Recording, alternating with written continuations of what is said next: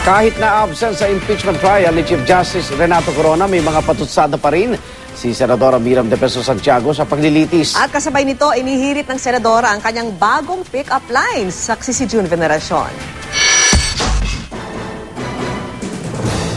Doon naman sa impeachment trial. Tuwing makikita ko ang mukha mo, parang gusto ko nang sumigaw ng objection. Idinaan sa malamang biro ni Senador Miriam Defensor Santiago ang pagkadismaya niya sa takbo ng impeachment trial. Hindi siya dumalo sa pagdinig kanina. Ang problema raw sa impeachment trial, sabi ni Senador Miriam Defensor Santiago, marami raw ang gustong magpasikat mula sa prosecution, defense at maging sa mga kapwa niya senador. Ito raw ang dahilan kung bakit patuloy na bumabagal ang proseso.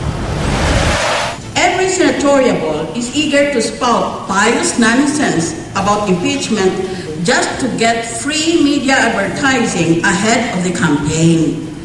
Kulang na lang na puntahan nila yung camera, isaksak nila ang mukha nila doon. Binitiwan niya ang mga pahayag sa pagtitipon ng mga eksperto sa alta presyon. Sakto, dahil pagtaas ng blood pressure sa mga huli niyang pagpunta sa impeachment trial ang dahilan daw kung bakit tinayuhan siyang wag na munang dumalo. I spend my time these days at home reading literature on the memorial parks of my choice.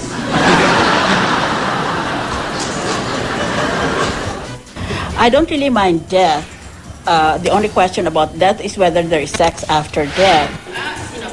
Tila ganado ngang magpatawa ang senadora dahil humirit din siya tungkol sa palapit na araw ng mga puso. Girl, saan tayo mag-date sa Valentine's? Boy, sa sementeryo. Girl, bakit doon? Boy, para mapatunayan kung patay na patay ako sa'yo.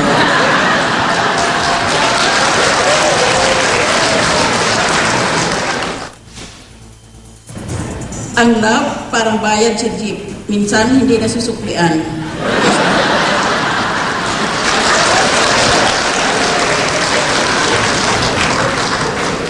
Bulaklak ka ba? Paano kasi ang paa mo maugat?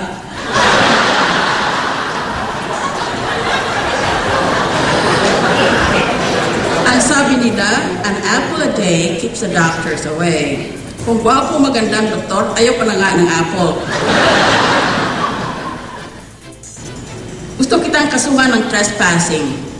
Kasi basta-basta ka na lang pumapasok sa puso ko. Pero pagkatapos ng kanyang talumpati, nakaramdam na naman ng pagkahilo at hirap sa paghinga ang senadora. Kaya hindi na siya nagtagal pa sa convention. Ang kakaibang personalidad ni Santiago, kuhang-kuha naman ng gumagaya sa kanyang stand-up comedian na si John Santos. Order! Order na tayong lahat! Welcome! Although I must admit, I am angry. May mga Valentine's hirit din siya. Pag una pa lang kayo nagkita, that is the court of first instance. Pag nagandahan na kayo sa isa't isa, that is court of appeal. Diba? Pag tutong-tutong kayo na, that's already the Supreme Court. At mawawala ba naman ang mga pick-up line? Nakalulon ka ba ng kwitis? Kasi pag umingiti ka, may spark. Oh! Pilisirya ka ba? Kasi gusto kitang subaybayan. May komento pa sa Kapuso host na si Grace Lee na nalilink ngayon kay Pangulong Aquino. Oh, she's very beautiful.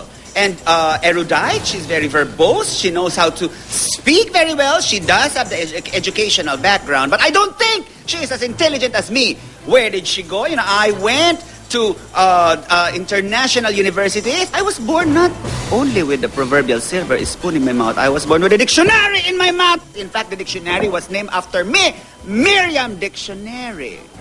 June Veneracion ang inyong saksi.